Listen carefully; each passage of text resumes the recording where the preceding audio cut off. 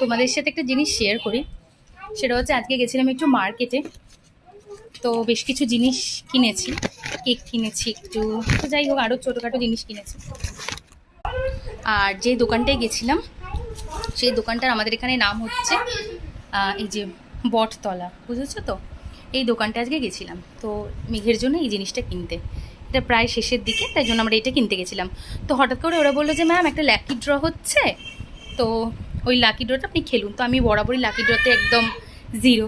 তো দুবার আমাকে চান্স দিয়েছে, একবার খেলেছি, বেটার লাক নেক্সট টাইম। আমার বর বলছে আরেকবার একটু সুযোগ দিন। তো যাই হোক আরেকবার সুযোগ দেওয়া, তো সেখানেও আমার 2 নম্বরই পড়েছে। আমি ভিডিওটা করতে পারিনি কারণ ওটা এত তাড়াতাড়ি হয়ে গেছিলো।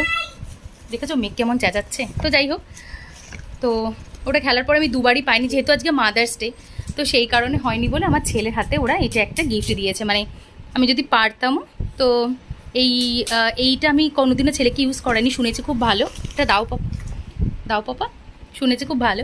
তো এইটা আমার ছেলের হাতে ওরা দিল একটা গিফট।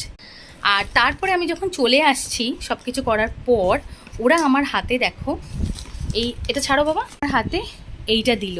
তো এত ভালো লেগেছে, বেশ অনেক দিন পর একটা, এই যে বলে না গিফট হ্যাম্পার, তো এর মধ্যে দেখো এই দুটো জিনিস আছে।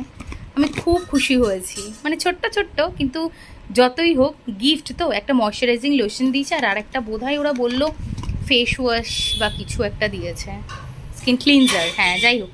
তো এই দুটো আমাকে ওরা হাতে করে দিল মানে আসার সময়। আমার খুব ভালো লেগেছে, আমি তাই আমার বরকেও বলছিলাম যে বহুদিন পর, হ্যাঁ সেটা এখন মেঘ নিয়ে নিল। যাই হোক, তো একটা জিনিস কিনতে গিয়ে এটা আমি পেয়েছি গিফট মাদার্স ডের জন্য, আমি খুব খুশি হয়ে গেছি।